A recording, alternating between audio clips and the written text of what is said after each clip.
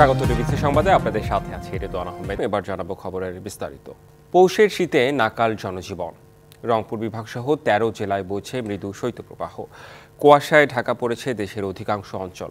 পঞ্চগড়ের তেঁতুলিয়ায় তাপমাত্রা নেমেছে ৮.৩ ডিগ্রিতে। কষ্ট বেড়েছে শ্রমজীবী ও ছিন্নমূল মানুষের। আবহাওয়া অফিসের পূর্বাভাস ৩ থেকে ৪ দিন থাকবে এই পরিস্থিতি। সূর্যের দেখা মিলবে না অধিকাংশ অঞ্চলে। মেঘাচ্ছন্ন আকাশ, সাথে হিমেল হাওয়া, ঘন কুয়াশার চাদরে ঢাকা পথঘাট। দুদিন ধরে সূর্যের দেখা নেই অনেক জেলায়। পৌষের দ্বিতীয়ার্ধে শীতের তীব্রতা বেড়েছে সারা দেশে। মৃদু শৈত্যপ্রবাহের কবলে রংপুর বিভাগ এবং রাজশাহী, পাবনা, বগুড়া, নওগাঁ ও কুষ্টিয়া জেলা। শুক্রবার সকালে দেশের সর্বনিম্ন তাপমাত্রা ৮.৩ ডিগ্রি সেলসিয়াস রেকর্ড করা হয় পঞ্চগড়ের তেঁতুলিয়ায়। হিমেল বাতাস বাড়িয়েছে শীতের দাপট। খড়কুটোর আগুনে শীত নিবারণের চেষ্টায় অনেকে। খুব শীত, কুয়াশা, তারপরে আমাদেরকে কষ্ট করে বালু তুলতে হয়। শীতের জন্য হাত পা কোকড়া হয়ে যাচ্ছে। মৃদু শৈত্যপ্রবাহ আর ঘন কুয়াশায় নাকাল ঠাকুরগাঁও এবং কুড়িগ্রামের জনজীবন। দুর্ঘটনা এড়াতে হেডলাইট জ্বালিয়ে চলাচল করছে যানবাহন। তীব্র শীতেও ঘরে থাকার উপায় নেই কৃষকের। কষ্ট হলেও চলছে ফসলের পরিচর্যা। খুব কুয়াশা জন্য আমাদের আলু বিরাট ধরার চিন্তা ভাবনা বিরাট ধরতেছি। কাগজ চোপড় নাই, মানুষের অভাব, বর্তমান কাজ কামাই খুব কম। চুয়াডাঙ্গায় কুয়াশা কম থাকলেও হিমেল হাওয়া বাড়িয়েছে শীতের অনুভূতি। সর্বনিম্ন তাপমাত্রা রেকর্ড করা হয় 10.8 ডিগ্রি সেলসিয়াস। শীতে কাবু রাজধানীবাসীও। তাপমাত্রা নেমেছে 13.6 ডিগ্রি সেলসিয়াসে। আবহাওয়া অফিস বলছে শীতল আবহাওয়া থাকবে আরও ৩-৪ দিন। দেশের বেশিরভাগ অঞ্চলে দেখা মিলবে না সূর্যের। দিন এবং রাত মানুষ কিন্তু একই তাপমাত্রার মধ্যে যাইতে হচ্ছে এবং এর জন্য কিন্তু মানুষের মধ্যে একটা তীব্র শীতের অনুভূতি দেখা দিয়েছে এবং এই অবস্থা কিন্তু সারা দেশে কম বেশি। কুয়াশার যে ব্যাপারটা আমরা এখন পর্যন্ত যেটা দেখছি সেটা আগামী ৭ তারিখ পর্যন্ত কম বেশি কুয়াশাটা থাকবে। এছাড়া চলতি মাসে আরও ২ থেকে ৩টি শৈত্যপ্রবাহেরও আভাস দিয়েছে আবহাওয়া অধিদপ্তর। Habibur Rahman, DBC news desk. শৈত্যপ্রবাহে ছিন্নমূল মানুষের খবর জানাতে রাজধানীর কমলাপুর রেল স্টেশন থেকে যোগ দিচ্ছেন সহকর্মী শাহ ইমন। সরাসরি যুক্ত হচ্ছেন তিনি আমাদের সাথে। শাহ ইমন, রাজধানীবাসী আসলে শীত কিভাবে মোকাবেলা করছে, বিশেষ করে ছিন্নমূল মানুষদের কেমন দেখছেন আপনি? তারা কিভাবে শীত নিবারণ করছে? আপনি জানেন যে গত 2 দিন থেকে বাংলাদেশের উপর দিয়ে শৈত্যপ্রবাহ বয়ে যাচ্ছে। তো ঢাকার বাইরে এর প্রকোপ আর একটু বেশি থাকলেও ঢাকায় কিছুটা কম। যেমন আজকে পঞ্চগড়ে ছিল 8.5 আর ঢাকায় তাপমাত্রা হচ্ছে 13। তবে আবহাওয়া অফিস বলছে যে রাতের দিকে আরও একটু তাপমাত্রা কমতে পারে। তো এই ক্ষেত্রে নগর জীবনে হয়তো ইট পাথরের দালানের ভিতরে যারা থাকে তাদের হয়তো সেইভাবে শীত মোকাবেলা করতে হয় না। তবে বিশেষ করে রাজধানীতে আপনি জানেন যে প্রচুর পরিমাণে ছিন্নমূল মানুষ এবং হাজারো বাস্তুচ্যুত মানুষ আছে যারা বস্তি এলাকায় থাকে। বিশেষ করে তাদের এই শীতে কিন্তু স্বাভাবিক জীবনযাপন খুবই কষ্টসাধ্য এবং স্বাভাবিক তাদের যে কাজকর্ম, যারা কায়িক শ্রমের মাধ্যমে জীবন জীবিকা নির্বাহ করে, তাদের জন্য খুবই কষ্টসাধ্য হয়ে গেছে। আমি বিভিন্ন এলাকা ঘুরে দেখেছি, এখানে যারা ছিন্নমূল মানুষ রয়েছে তাদের যে প্রতিদিন যে কর্মব্যস্ততা থাকে সেগুলো অনেকটা বিঘ্ন হয়েছে এবং তাদের শীতে তারা অনেকটাই কাবু। অনেক জায়গায় আমরা দেখেছি যে আগুন ধরিয়ে তারা শীত নিবারণের চেষ্টা করছে এবং সামাজিকভাবে কিছু কিছু সংগঠন হয়তোবা তাদেরকে শীতবস্ত্র বা কম্বল বিতরণ করেছে, কিন্তু এটা প্রয়োজনের তুলনায় খুবই অপ্রতুল। বিশেষ করে ভাসমান এবং ছিন্নমূল বস্তিবাসী যারা রয়েছে তাদের জন্য এই শীত মোকাবেলা করা খুব কঠিন হয়ে গিয়েছে। তো এই তাপমাত্রা আবহাওয়া অফিস বলছে যে এটি আরও আগামী 3 থেকে 4 দিন পর্যন্ত এটা স্থায়িত্ব পাবে এবং এই জানুয়ারি মাসেরই আরও মাঝামাঝি বা শেষের দিকে আরও 2 থেকে 3টি শৈত্যপ্রবাহ হতে পারে বলে আবহাওয়া অধিদপ্তর আমাদের জানিয়েছে। তো রেদওয়ান, আসলে সবচেয়ে ভোগান্তিতে রয়েছে যারা ভাসমান, তারা অর্থাৎ ভাসমান মানুষ। ধন্যবাদ আপনাকে শাহ ইমন।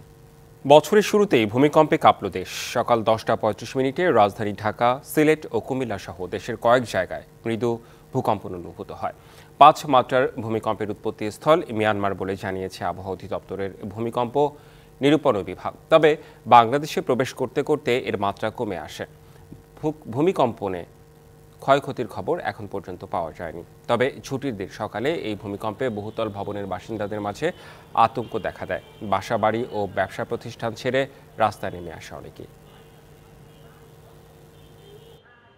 আওয়ামী লীগের ১৫ বছরের শাসন আমলে ছিল না ভোটাধিকার। সবার অধিকার সমুন্নত রাখতে সহনশীলতার মাধ্যমে গণতন্ত্র চর্চার তাগিদ দিলেন বিএনপি মহাসচিব মির্জা ফখরুল ইসলাম আলমগীর। দিনাজপুর সরকারি কলেজের অর্থনীতি বিভাগের সুবর্ণ জয়ন্তী অনুষ্ঠানে তিনি এসব কথা বলেন। নতুন সম্ভাবনা দেখা দিয়েছে, কিন্তু কেন জানি না আমরা সেই সংকীর্ণতার ঊর্ধ্বে উঠতে পারছি না। আমরা আমাদের এই সংকীর্ণতার ঊর্ধ্বে দাঁড়িয়ে আমরা একটা স্পষ্ট সত্য সুন্দর একটা পথ নির্ধারণ করি।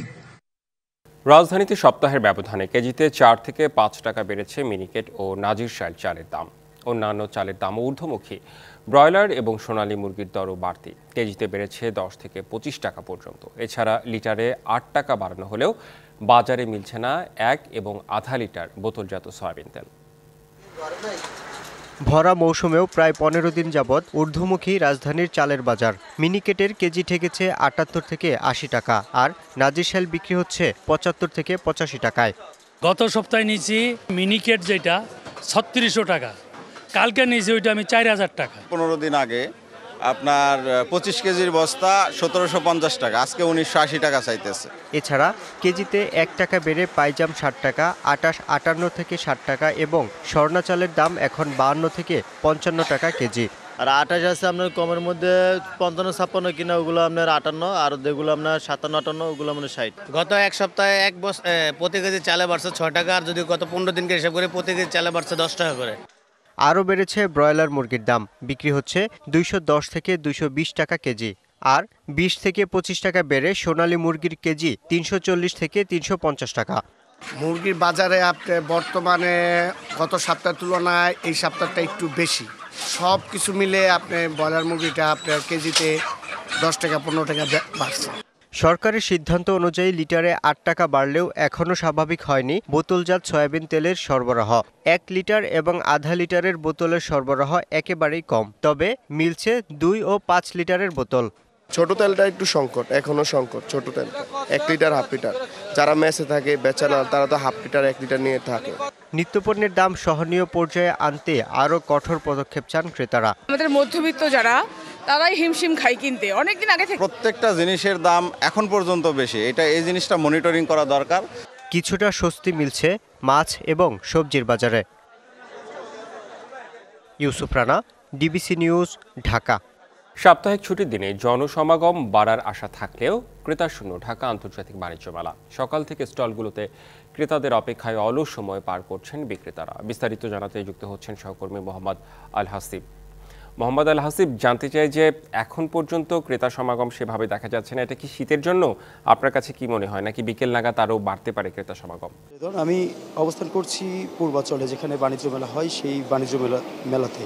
তো আমরা সকাল থেকে দেখছিলাম যে আসলে ক্রেতা শূন্য বলতে যে স্টলগুলো রয়েছে, প্যাভিলিয়নগুলোতে যেরকম ক্রেতা আসার কথা ছিল সেই পরিমাণ ক্রেতা কিন্তু আসলে দেখা যায়নি। তবে এই দুপুর যে সময়টা, এখন এই সময় থেকে দেখা যাচ্ছে যে কিছু কিছু স্টলে, প্যাভিলিয়নে কিন্তু এই ক্রেতাদের বেশ সমাগম দেখা যাচ্ছে। হয়তো আশা করা যেতে পারে বিকাল নাগাদ আরও বাড়তে পারে সেই ক্রেতা সমাগম। আমরা যদি একটু আপনাদেরকে দেখাই, এবছর বাণিজ্য মেলাতে কিন্তু যেই ফার্নিচার অর্থাৎ আসবাবপত্র যে বিষয়টি আছে, সেটি কিন্তু এবার মূল ফোকাসে রাখা হয়েছে। এজন্য বেশ কয়েকটি আসবাবপত্রের দোকান, প্যাভিলিয়ন এবং স্টলেরও কিন্তু ব্যবস্থা করেছে এবং আকর্ষণীয় সকল ফার্নিচার এবছর নিয়ে এসেছে।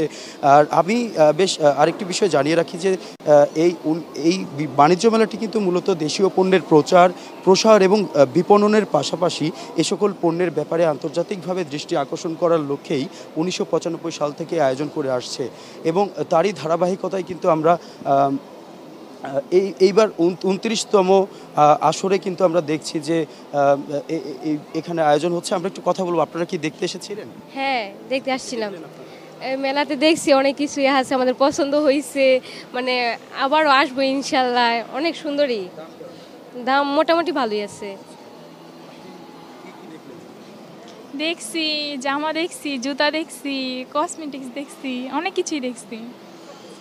হ্যাঁ, আমরা কথা বলছিলাম দুজন দর্শনার্থী যারা এখানে ঘুরতে এসেছিলেন এবং এইখানে আরেকজনের সাথে একটু কথা বলবো আমরা। এবং এই সকাল থেকে তো আমরা দেখছিলাম যে ক্রেতা সমাগম বেশি একটা ছিল না। আসলে আপনি কি মনে করছেন? আসলে মূলত গতকাল থেকে যে পরিমাণে হচ্ছে ঠান্ডা এবং একটা শীতল উষ্ণ আবহাওয়ার মধ্যে দিয়ে আসলে তারপরে মোটামুটি যখন আপনার বিকাল পর্যায়ে কিন্তু আমাদের মোটামুটি ভালোই কাস্টমার আসতেছে। এখন দুপুর পর্যায়ে আশা করি ঠিক আছে আবহাওয়া স্বাভাবিক হলে দর্শনার্থী বাড়বে এবং ক্রেতা সমাগম। আমরা কথা বলছিলাম আসলে হৃদয়ন যেটি জানা গেল যে আসলে আবহাওয়াজনিত কারণেই ক্রেতা সমাগমটা আসলে সেভাবে হচ্ছে না, তবে একটু অনুকূলে আসলে হয়তো বা বাণিজ্য মেলাতে আবারও সেই ক্রেতাদের ভিড় জমবে, সমাগম হবে এবং এখানে সবাই উপচে পড়ে ভিড় লাগিয়ে তারা কেনাকাটা করতে আসবে। সর্বশেষ বাণিজ্য মেলা থেকে জানাচ্ছিলাম। মোহাম্মদ আল হাসিব, আপনাকে অনেক ধন্যবাদ। রাজধানীর বিমানবন্দর রেলওয়ে স্টেশনের কার পার্কিংয়ের জায়গা এবং ফুটপাত দখল করে অবৈধ দোকানপাট বসিয়ে চলছে রমরমা বাণিজ্য। নির্ধারিত স্থানে গাড়ি রাখতে না পারা এবং ফুটপাত দখল করায় চলাচলে চরম ভোগান্তি পথচারী ও যাত্রীদের। ছোট বড় ৩ শতাধিক দোকান থেকে প্রতিদিন লাখ টাকার বেশি চাঁদা তোলার অভিযোগ রয়েছে। রেলওয়ে পুলিশের দাবি, উচ্ছেদের কিছু সময় পর আবারও দোকান নিয়ে বসে যায় হকাররা। এটি বিমানবন্দর রেলওয়ে স্টেশনের জায়গা। এই স্থানটি যাত্রী চলাচল এবং গাড়ি পার্কিংয়ের জন্য বরাদ্দ, কিন্তু এর সিংহভাগই দখল করে গড়ে উঠেছে ছোট বড় ৩ শতাধিক অবৈধ দোকান। দায়িত্বে থাকা রেলের সিআরবি এবং রেলওয়ে পুলিশের সামনে দিনের পর দিন চলছে এমন ব্যবসা, যদিও ডিবিসি নিউজের ক্যামেরা দেখে তৎপর হয়ে ওঠেন তারা। ফুটওভার ব্রিজের নিচে এবং আশপাশে বসে খাবার ও চায়ের দোকান, আর ভ্যান গাড়িতে কাপড় ও জুতার দোকান। কিছু করি না, এই কারণে আমরা স্টুডেন্ট মানুষ, আমরা এখানে ব্যবসা করে খাইতে আসছি। কিছু করার নাই, আমরা কাজ কাম পাইতেছি না, তো কি করব? আমরা কি করব? আমাদের বড়রা খরচ চালাবে কেরা? বাবা মা তো ততটা পারে না। পাশেই শাহজালাল আন্তর্জাতিক বিমানবন্দর, যেখানে প্রতিদিন হাজারো যাত্রীর আনাগোনা। দখল বাণিজ্যের কারণে ভোগান্তিতে পথচারী ও যাত্রীরা। রাস্তা চলাচলের ক্ষেত্রে আমরা প্রতিনিয়ত এটা ভোগান্তির মধ্যে পড়তে হয়। একটা জাপটা বাসে ও রাস্তা মাপ আছে, ওই দিক দিয়ে গিয়ে লোক এখন সাধারণ পাবলিক ভুক্তভোগী। এত সরু রাস্তা, রাস্তার পাশে বাজার, এটা আসলে এই এলাকার মানুষের প্রচন্ড দুর্ভোগের মধ্যে আছে। দখল থেকে রেহাই পায়নি ছোট ফুটপাতও। এটা আমরা মন্দ হিসাবে দেখি, এটা ভালো হিসাবে দেখি না।